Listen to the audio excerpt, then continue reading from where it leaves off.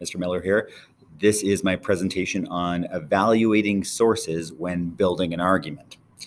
So this presentation is meant to be watched and considered when especially preparing for your upcoming formal debate and for any other type of assignment you do really in my class and even in other classes as well. So what I've done is I was pretending that I was researching or preparing for the legalization of marijuana discussion and debate. And I found two, websites discussing this. And again, I think it'll become quite clear at the end of this presentation which one you think I would want you to be actually using to defend your opinions. So they are from New Health Advisor, 10 plus pros to think when trying to legalize weed, versus from the National Institute of Health, the implications of marijuana legalization in Colorado by Andrew A. Monty, MD, Richard D. Zane, MD, and Kenneth J. Hurd, MD, PhD. So again, pretending we are researching this topic and we are presenting our opinions on this subject, I want you to be clear that I do have expectations of the type of sources you use to validate your arguments. Again, you can't just pick anything you find on Google. We have to be more critical and apply a critical lens to what we pick. So these are my list of rules, 7 rules you should be considering when you are picking your source. Again, is it a government website? Is it connected to a reputable government? Traditionally, anything produced by Canada, the United States, Great Britain, Western Europe, Japan, should be reputable.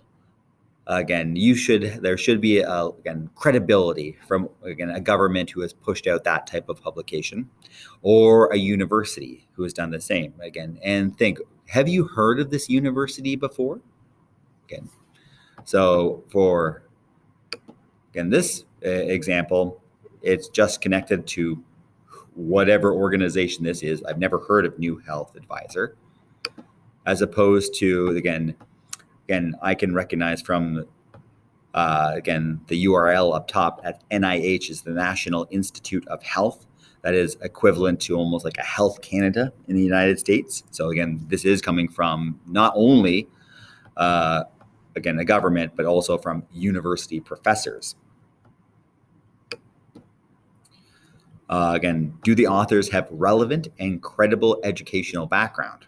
Are the authors identified? Nope. And yes, right here. So again, when you are evaluating and being critical of a source, you have to be critical of who wrote it.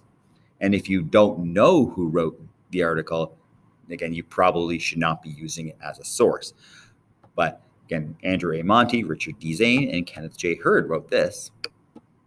Do they have relevant and credible backgrounds? Well, I can't tell with New Health Advisor, and this type of proper publication, clearly identifies the author and their education. And you could Google this person or look at this link. He is in the department, Andrew A. Monty, of emergency medicine at the University of Colorado at Aurora. So we know exactly who this person is.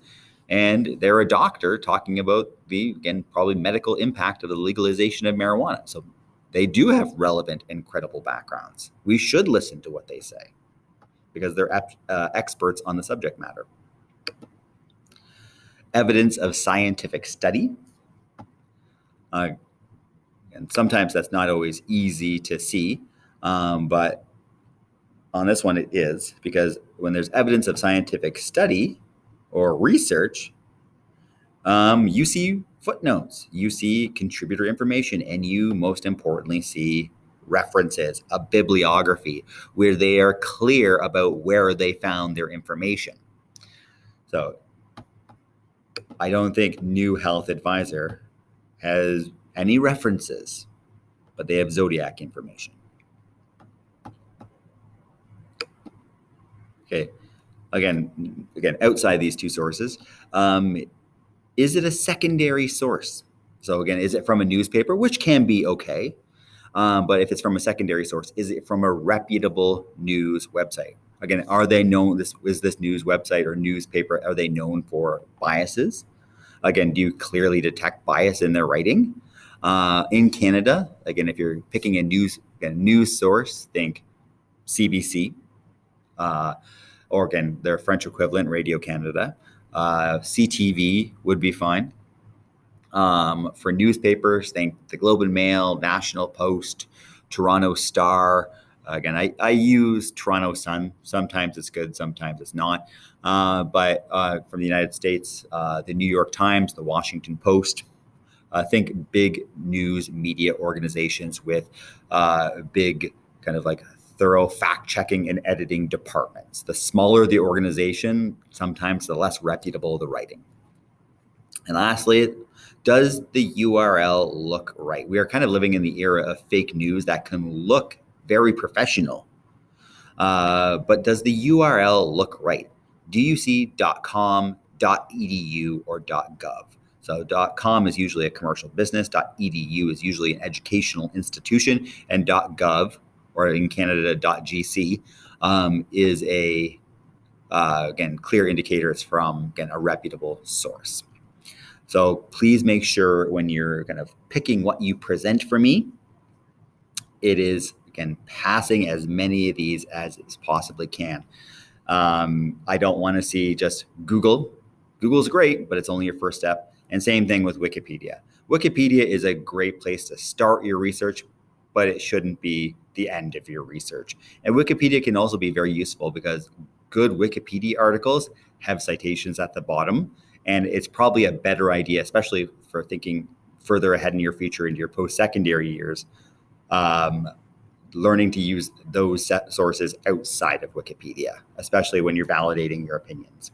Okay, if you have any questions about how to evaluate a source or if a source is good or not, please make sure to drop by my office hours or send me an email or leave a comment.